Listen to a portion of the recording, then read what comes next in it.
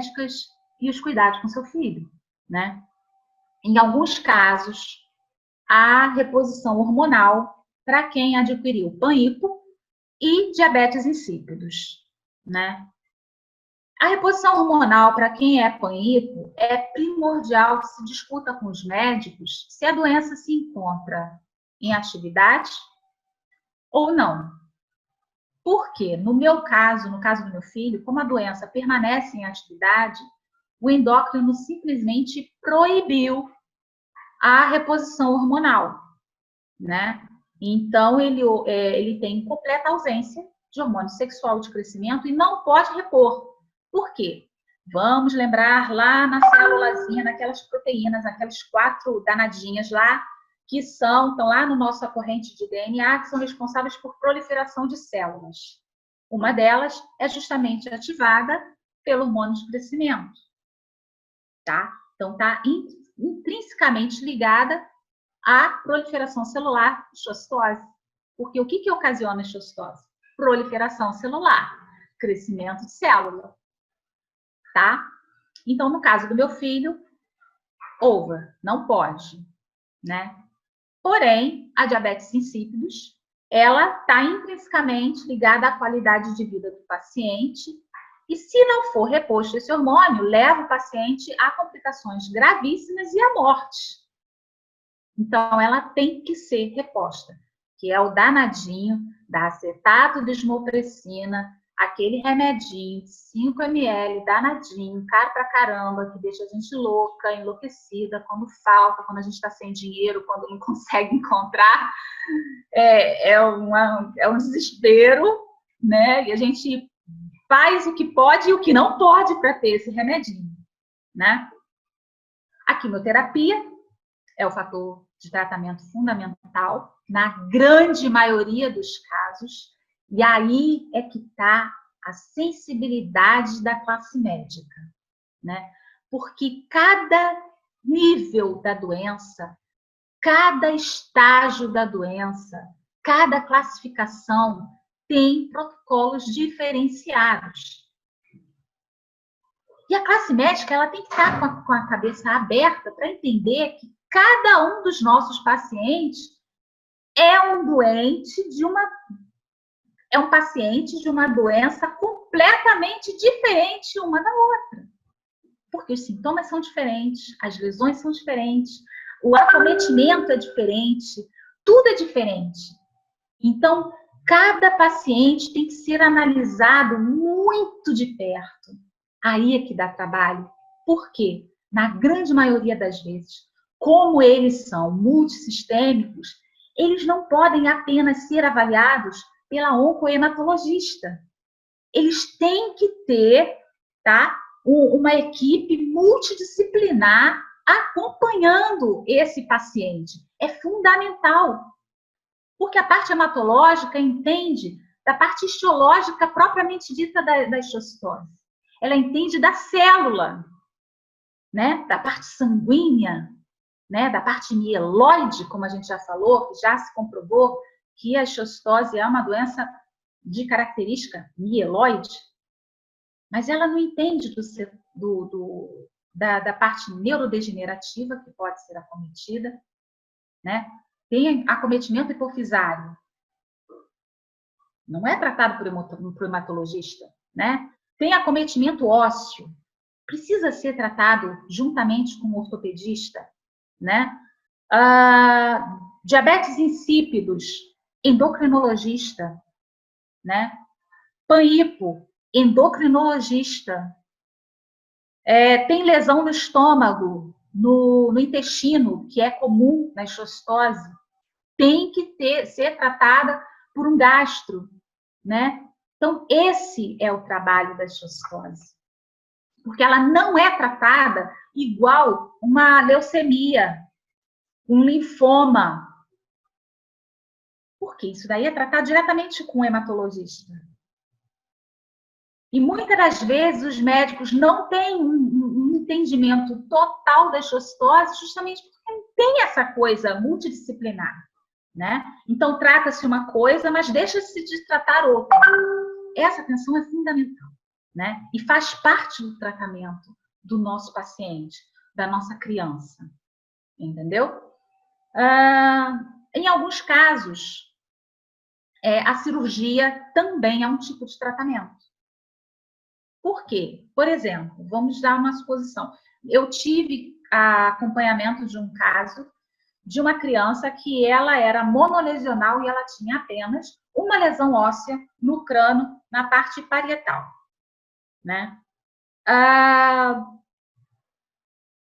Ela não tinha, ela fez exame de corpo todo, ela fez todos os exames, a médica acompanhou maravilhosamente bem, e ela não tinha lesão em mais órgão nenhum.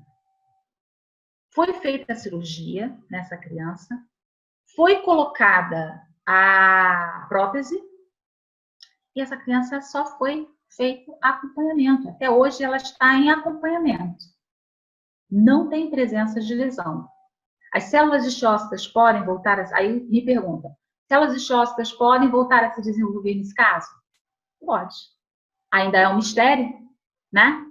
Porém, ela já está em acompanhamento há 4 anos e não teve remissão da doença. Então, existem esses casos, né? Algumas vezes, em algumas lesões que não são cirúrgicas, né, é feito o tratamento com corticosteroides injetáveis, né? É um tratamento que para a parte óssea mostrou muito sucesso, né, em diversos casos, tá? Só que são casos específicos, não são casos de doenças de acometimento ósseo múltiplo, tá? Tem uma numeração controlada para se ter esse tipo de tratamento, né? Mas é efetivo. Ou, às vezes, algumas linhas da medicina procuram trabalhar em conjunto a corticoterapia com a quimioterapia, né? Aí vale da linha de pensamento, da linha médica estudada. Atualmente, existem 2 linhas que são as mais respeitadas no mundo, tá? É a linha de pensamento americana e a linha de pensamento europeia, tá? A linha de pensamento americana, ela domina os protocolos mais audaciosos, vamos assim dizer. São protocolos mais com químicas mais diversificadas. Eles experimentam muito a junção de químicas entre elas. E, às vezes, eles variam, eles têm uma audácia maior nessa liberdade de compor os protocolos. Tá? Alguns médicos não gostam, porque dizem que é muito arriscado, é muito audacioso e muitas das vezes tem protocolos muito severos para as crianças, né? E existe a linha de pensamento europeia, que geralmente é mais tradicional, ela é mais branca, não é que ela seja mais branda, porque ela que detecta, ela que detém o protocolo da tal cladribina com citarabina, né? Que é o bichinho de 7 cabeças de todo mundo, né? Que está sondando a minha cabeça nesse momento, né? Mas é uma linha mais tradicional de pensamento em que segue protocolos mais rígidos, mais certinho. É receitinha mais assim, receitinha de bolo, né? Não se foge muito desse aspecto e geralmente o grupo médico que segue essa linha de pensamento não tem um pensamento muito audacioso em adaptar protocolos como o protocolo americano, tá? Essa é a parte teórica, né, mais ou menos. Lembrando aqui, gente, é com humildade que eu coloco, né? Eu não sou médica, eu sou apenas uma mãe que no momento da minha vida me vi desesperada perdendo meu filho. Meu filho não tinha a mínima chance de sobreviver, né? Ele foi desenganado 3 vezes pelas complicações que a doença causou. Então, eu me vi num determinado momento da minha vida necessitando de respostas. E eu ainda busco respostas, porque é que nem eu falo com as pessoas que eu conheço. A resposta está aqui, no que eu estudo, nas pesquisas que eu faço. É através dessas respostas que um dia eu posso ajudar o meu filho. E é através das respostas que eu tenho que hoje eu falo e embato de igual para igual, mas com humildade, com respeito, e sabendo que quem é médico estudou e estuda para isso, e tem o seu merecimento, tem o seu louvor, né? Mas eu precisei estar atuante, eu precisei estar à frente para poder estar do lado do meu filho, né? Então, fica aqui o meu obrigado. Tô aberta às perguntas, se tiver no meu alcance e na minha meu humilde conhecimento de responder.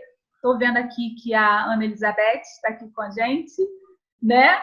É uma aquisição que eu acho que deve ser preciosa para a gente. Foi uma surpresa tê-la no nosso grupo ontem, né? Tem outras pessoas médicas também na nossa equipe, que nos deixa muito agraciados, nos deixa muito felizes com a presença de vocês. E essa live é a primeira de vários trabalhos que a gente quer fazer e montar para vocês, né? Na busca desse conhecimento, né?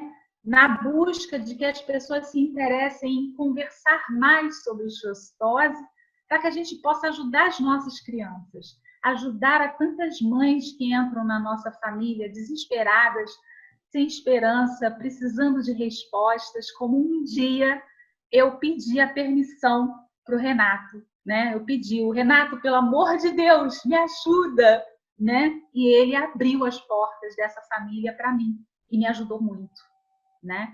Então, aí, espero que eu tenha falado coisas positivas para vocês, né? E tem alguma pergunta, nosso anfitrião Eric? Nossa, é demais ouvir sábias palavras de uma mãe que tem pesquisado muito, muito, mas muito sobre isso tudo. Nós temos umas perguntas, sim, mas antes eu quero fazer umas considerações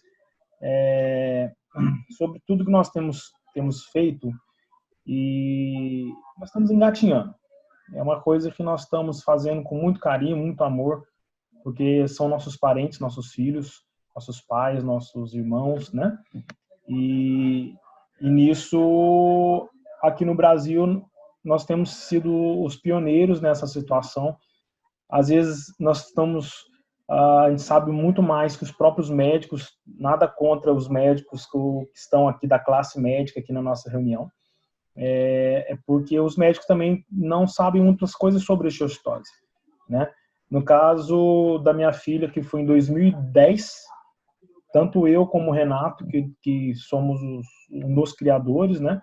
A gente pesquisou quase nada. E diante disso, o caso das nossas filhas foi começando a ser motivo de estudo pelos outros, e hoje nós temos mais de 100 famílias no nosso grupo, né? Isso tem sido muito bom. Aqui a Simone me falou tudo sobre a osteoporose bem de relance mesmo, mas foi muito bem explicado. E nós temos um visitante especial hoje que está falando diretamente de Barcelona, lá em Espanha. Está aqui de boca aberta por você, Simone. Falou que você tirou muita dúvida de você. Fernando lá. E ele falou aqui para repassar para todo mundo, falando que está tendo muita pesquisa no mundo inteiro, na Argentina, na Espanha, Estados Unidos, no Canadá, na Itália, na Áustria, na França, buscando soluções para melhorar os tratamentos. E com isso ele passou também o link aqui, depois nós vamos colocar no grupo. Pode falar, Só pedindo o intervalozinho, somando aí, existem algumas pesquisas também, mesmo que prematuras, em lugares como a Singapura, tá? A China e o Japão, que também estão tomando linha de frente de tratamentos muito audaciosos. Legal. Mas diante disso, temos umas perguntinhas aqui, são perguntas simples, mas eu acho que você pode responder sucintamente também. A Monique Molina, Simone, perguntou: gostaria de saber a opinião sobre o PET scan se seria um exame importante no estadiamento da doença. Vamos lá. O PET scan é um exame primordial para a gente poder avaliar o grau de severidade da doença. Por quê? Tem 3 letrinhas lá que são danadinhas. É o tal do SUV, tá? Essa colocação ela é uma nomenclatura que indica o grau de atividade da doença. Eu vou colocar de uma forma bem clara. Digamos, a gente fez um PET scan inicial para poder ter um prognóstico inicial da doença, uma situação atualizada da doença. Então, o paciente chegou no consultório, o médico vai fazer aquela bateria de exames, entre eles ele vai pedir o PET scan. Aí vai dar lá, lesão óssea de tantos centímetros, com largura de tanto, SUV 12,8. SUV máximo, né? 12,8.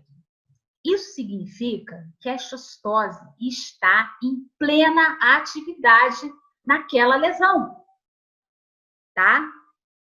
E aí, foi feito o tratamento, quimioterapia. 6 meses depois, foi feito um segundo PET scan, em que apresenta lesão óssea de 50% do tamanho inicial, com SUV 4,5. Isso detecta que, por mais que a histocitose ainda esteja em atividade, o tratamento está surtindo algum efeito, porque diminuiu a incidência da atividade que eles chamam atividade glicolítica naquela lesão, tá? Porque a glicose é de alta adesão em lesões tumorais, tá? Ela é o combustível, ela é a comidinha, ela é o docinho. Da mesma forma que é bom a gente comer um doce, né? O tumorzinho adora uma glicose, tá? Então, existe aquela injeçãozinha danada, que é um material radioativo, tá? E que tanto que as nossas crianças têm que ficar em observação durante 3 dias, fazendo xixi, e a gente faz o xixi, tem que separar um banheiro para elas especial. Se tiver um banheiro só dentro da casa, a criança faz o xixi ou faz o cocôzinho, a gente tem que limpar o vaso, tem que limpar o banheiro, porque ali tem resíduos radioativos que foram liberados pela excreção daquela criança, né? Então, é um exame sério, tá? Porém, é um exame de excelente acompanhamento, mas não pode ser feito em excesso por causa da radioatividade que é incidida nas crianças, tá? Mas ele é de extrema importância. A Renata perguntou que, mediante a questão do PET scan, ela já mandou uma pergunta também aqui, falando assim, se o SUV só aparece no PET scan ou aparece em outros exames como tomografia e ressonância. Não, ele é característica do PET scan, tá? Porque na ressonância e na tomografia, ele é medido por outras coisas, como vocês podem ver que tem lá na ressonância incidência em flare, T1, T2, ou L1, L2, não lembro direito a nomenclatura. É coisa demais para minha cabeça, gente. Tá? Então, na ressonância e na tomografia, essa comparação ela é feita através da luminosidade, tá? Da incidência de água nas lesões, porque a presença de água nas lesões, ela detecta edema. Edema significa inflamação, tá? Ali naquela parte da lesão. Então, elas são medidas diferentes. A tomografia e a ressonância, tá? Elas veem o tamanho da lesão, mas o que vê a atividade é intrinsecamente, especificamente, o PET scan. Beleza. Simone, tem mais umas perguntas, tá? A Adriana Martins comentou assim, meu médico nunca me pediu ultrassom do abdômen. É importante? Olha só, é importante quando a gente está lidando, primeiro, depois de muitas quimioterapias, para a gente avaliar a atividade hepática da criança, tá? A gente precisa ter um acompanhamento se aquela toxicidade, se aquela quimioterapia está atingindo certos sistemas, e principalmente o fígado da nossa criança. Porque nem sempre, quando o fígado está debilitado, é em função da exocitose, tá? Muitas das vezes é em ocasião do excesso de medicações que os nossos filhos precisam tomar, tá? Por exemplo, o meu filho tinha adquirido uma severa gordura no sangue, tá? Tem a doença lá, tem o nome da doencinha, mas vamos parar de falar, vamos falar o português comum, né? Tal, que eu, afinal de contas, eu não sou médica, né? Mas ele teve essa atividade hepática e precisou ser acompanhado com ultrassonografia. Porém, quando a exocitose começa a atingir o fígado e o baço, tá? Que são órgãos importantíssimos, e tipo assim, quando ela atinge esses dois órgãos e o pulmão, ela passa a ter uma agressividade maior, geralmente se falando, tá? É preciso acompanhar, porque você tem que saber se está aumentando o volume, se o baço está inchando. Se o baço está inchando, isso pode estar significando que ele está se alimentando das células sanguíneas, então ele também está sendo acometido pela exocitose ou está sendo acometido pelos problemas secundários à exocitose. Então, talvez um procedimento cirúrgico para a extração daquele baço seja necessário, tá?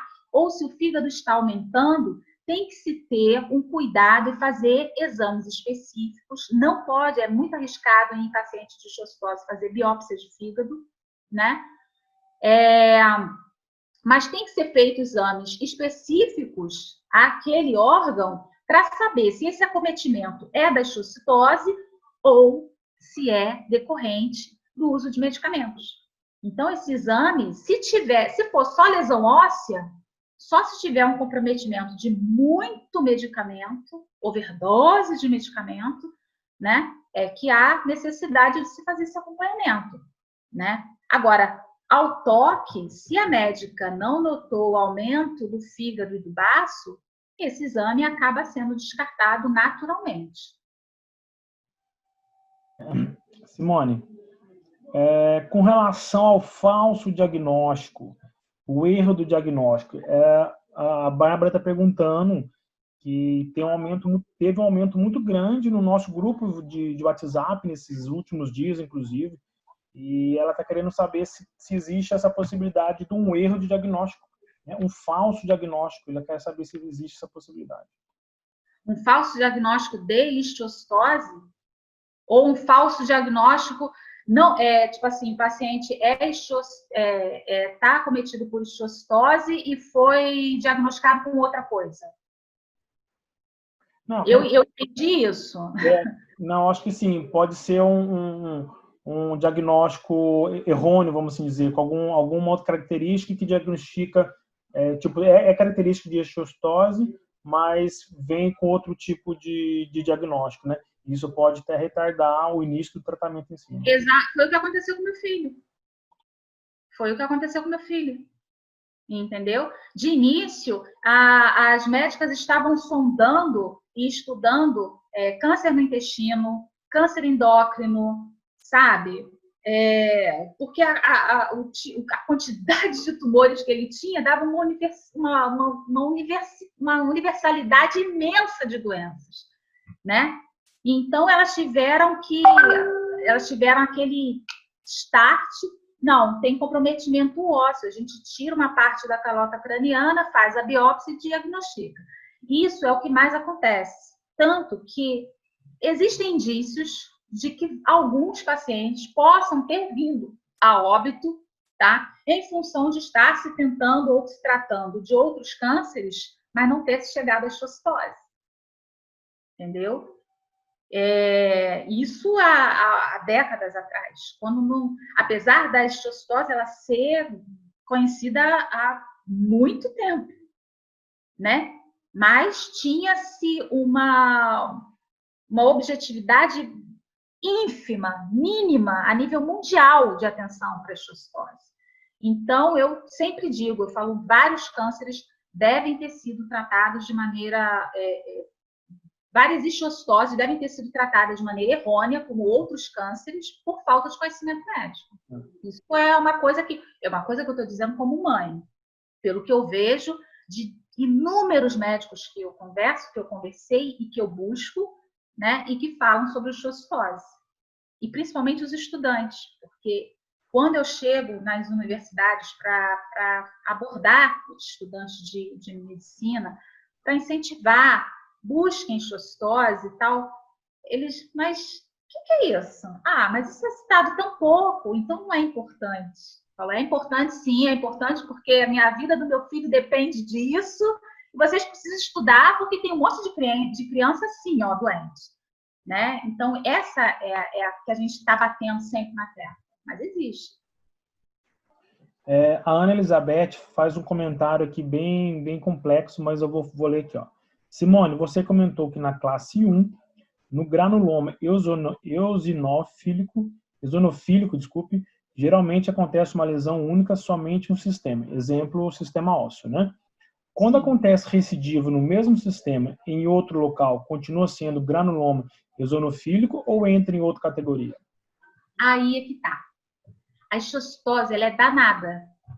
Tanto que lembram quando eu falei lá, que eu citei essa classificação de classe 1, e eu falei que poderia ser histiossitose de Langerhans-Schuler com característica Letter-Sully? Ela pode ser multifacetada.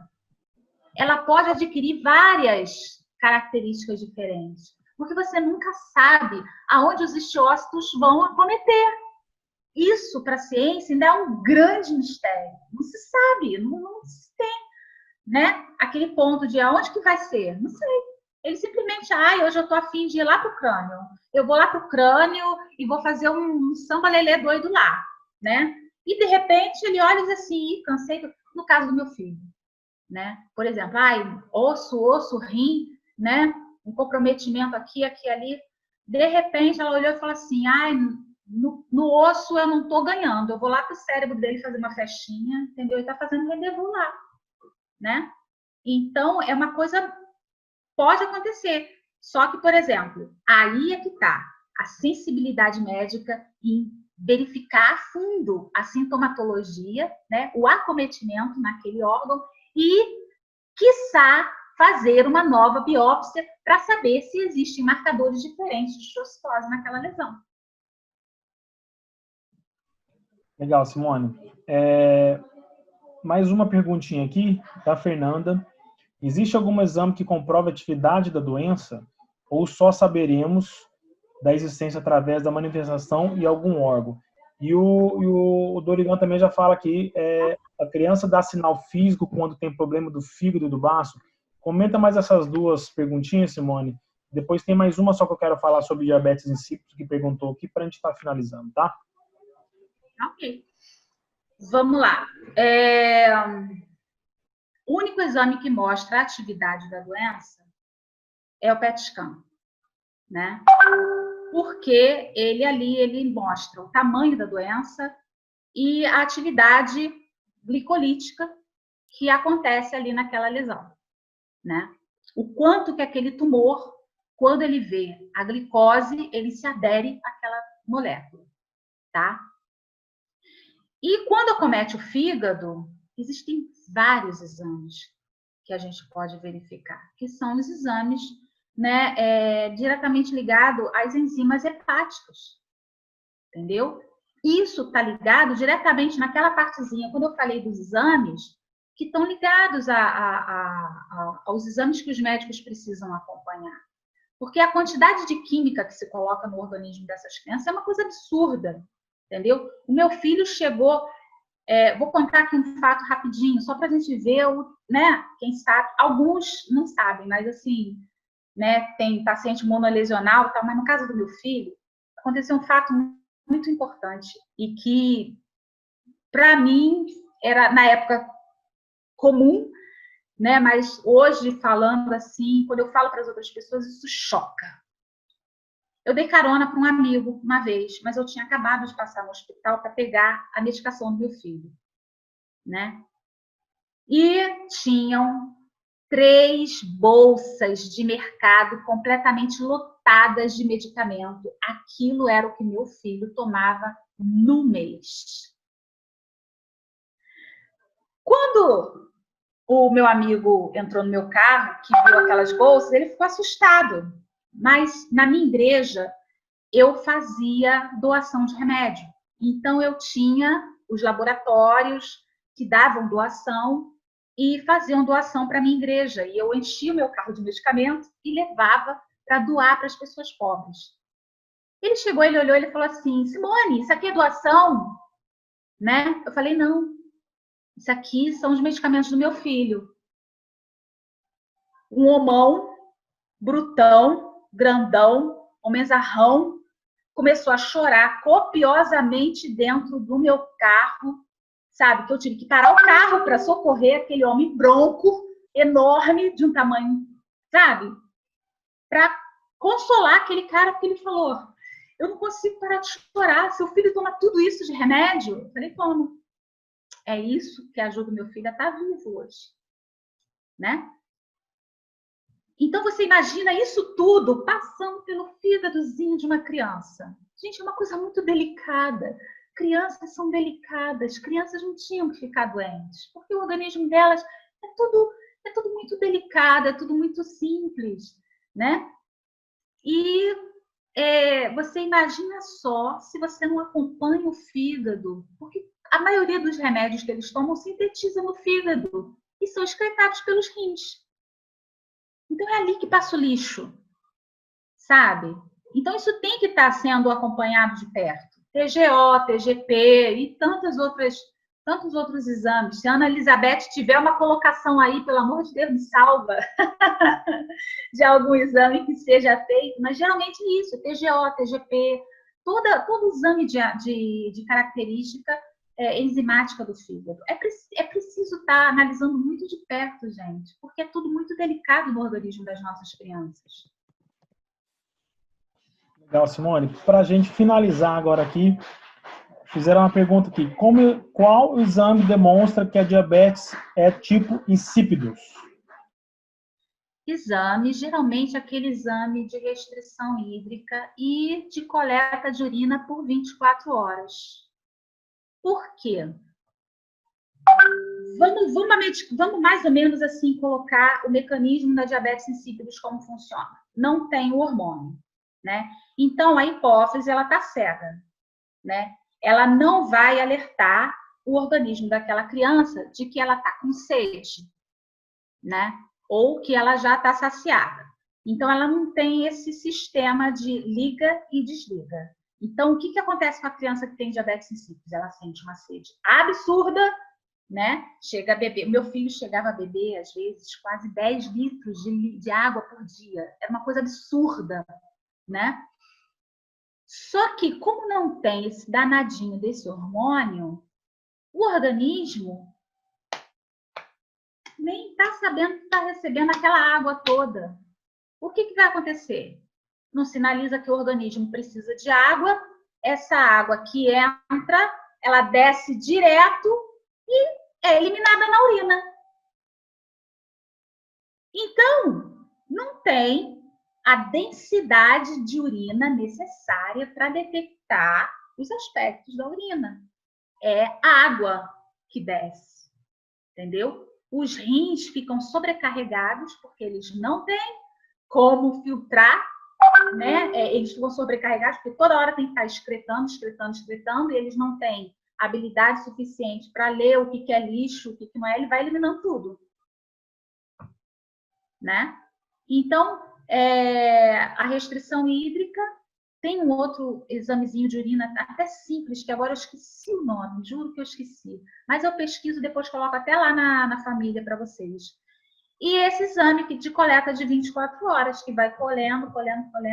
Para vocês terem uma ideia, uma vez, o laboratório Bronstein, que é um laboratório conceituado, conhecido, jogou toda a urina do meu filho fora, porque achou que tinha entrado água. Para vocês verem como que é a urina de uma pessoa que tem diabetes insípidos, entendeu? Mas assim, tem que estar ligado, a criança está com muita sede, uma sede anormal, acorda 4, 5 vezes de madrugada para poder beber água e fazer xixi? Quantos litros de líquido essa criança ingere por dia? Né? Porque para uma criança, uma quantidade de 2 litros é até muito para a criança ingerir durante... Para nós, adultos, 3 litros é o suficiente, mas para uma criança, você colocar 2 litros numa criança, às vezes é uma quantidade um pouco acima. Se essa criança consome acima de 4 litros, 4 litros de água por dia, sente uma sede absurda, e acorda muito de noite para fazer xixi e beber água, meu amor, faz o exame, corre atrás do endócrino correndo. E a ressonância de cérebro para ver a atividade hipofisária, entendeu?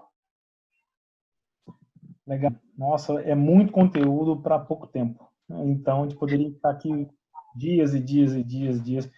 Aqui no nosso chat, aqui teve muitas pessoas te elogiando, mas muitas pessoas falando mesmo que você tem conhecimento que muitos mais especialistas de osteochitose. Nossa, muita gente elogiando mesmo, tá? Nós queremos agradecer, eu quero agradecer no nome da comissão, da nossa família, primeiro a Deus por toda essa oportunidade e por você ter aparecido nas nossas vidas, né? Às vezes eu sempre falo que as coisas na nossa vida não acontecem por acaso. E eu sei que tudo tem um propósito e nós vamos conseguir. Como temos caminhado aqui no Brasil, temos muitas conquistas fora do Brasil, como descobrimos hoje através do Fernando, e quero agradecer. Só quero agradecer disso tudo. E antes da gente finalizar, eu gostaria que você fizesse uma consideraçãozinha final. E no final, o nosso amado e querido presidente vai te dar um... Aí, depois disso, a gente encerra, tá? Bom, gente... Boa noite. Boa noite, pessoal. Eu queria agradecer demais a vocês, porque não sou eu que ajudo a família osteochitose. Eu só estou retribuindo o carinho, o cuidado e a atenção que o nosso presidente teve comigo, que o Eric teve, que o Alan, a Nardra, né? Hoje, a nossa nova membro da comissão, a Tami, nossa expert. Gente, essa mulher é o máximo, entendeu? A gente deve um monte de coisa para ela é maravilhosa, né? Então, eu só tenho a agradecer. Né? Isso aqui, né, é um instrumento que eu encontrei para ajudar o meu filho, mas eu descobri que eu consigo ajudar outras pessoas com isso também, né? E ajudar é o nosso objetivo maior.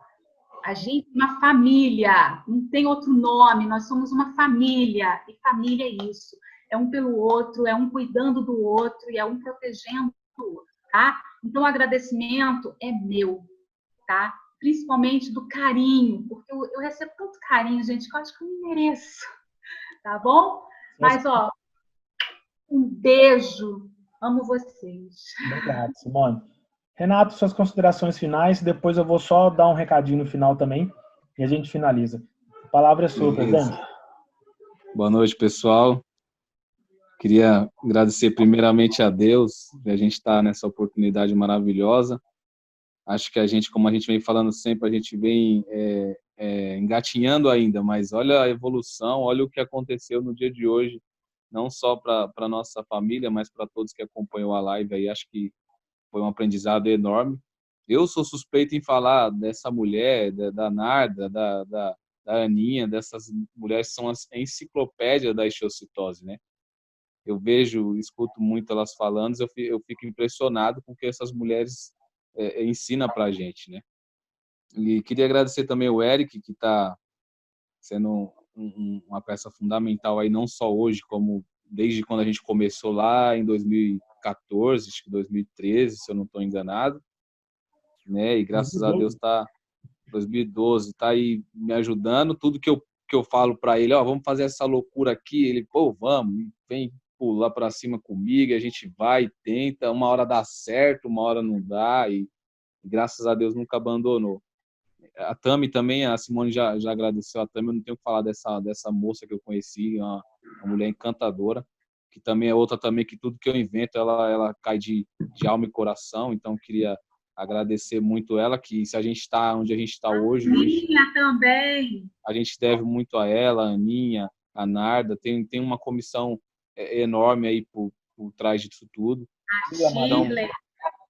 A Shirley, o Alan, que está lá na Bahia, deve estar um calor enorme lá e está acompanhando a gente aí. Mas é isso. Agradecer o Fernando também, que agora é parceirão nosso, está aí com a gente dando uma força. Graças, Fernando, graças. E se der tudo certo, a gente continuar nessa garra, nessa luta com todos da família Chostose aí, logo a próxima live já tá pronta. Eu acho que essa foi um sucesso. Parabenizar de novo a Simone, que foi ótima, tá linda, tá? Ficou linda aí. Vi ela mais cedo, ela também já estava bonita, mas vou puxar mais o saco dela agora, tá linda. Então é isso, tá, pessoal? Obrigado. Agradecer a todos vocês e vamos, que a gente não pode parar. Nossos filhos precisam disso, muitas pessoas, muitas famílias necessitam disso, né? Certo? E não percam as próximas, só tem coisa boa vindo por aí. Beijão, pessoal. Obrigado. Simone já deu o gancho do que eu ia falar. Nós estamos planejando aí pelo menos mais umas 4 ou 5 lives aí sobre diversos assuntos sobre xoxitose, direitos, um montão de coisa muito legal nós vamos fazer aí. E fica ligadaço aí questão do nosso Facebook, tá? Família Xoxitose, nosso Instagram também, e que nós vamos colocar lá tudo que a gente vai estar fazendo daqui para frente. Possivelmente vai ser na próxima semana, e com mais uma mãe pesquisadora também da função nossa aí. Mas diante disso, gente, eu quero agradecer, demais a presença de vocês. Tivemos aqui 35 pessoas. Eu acho que um quórum muito bom pra gente na primeira nossa, tá? Então, eu agradeço de coração. Qualquer coisa, vocês podem entrar em contato com a gente no Facebook, que a gente vai conversar. Se a gente não conseguir responder aqui, tá bom? Eu quero agradecer cada um aonde que vocês estiverem, no Brasil e no mundo. Deus abençoe, tenham uma boa noite. Obrigado mesmo. E a gente se vê mais pra frente aí. Gente, fiquem com Deus. Muito obrigado por tudo aí.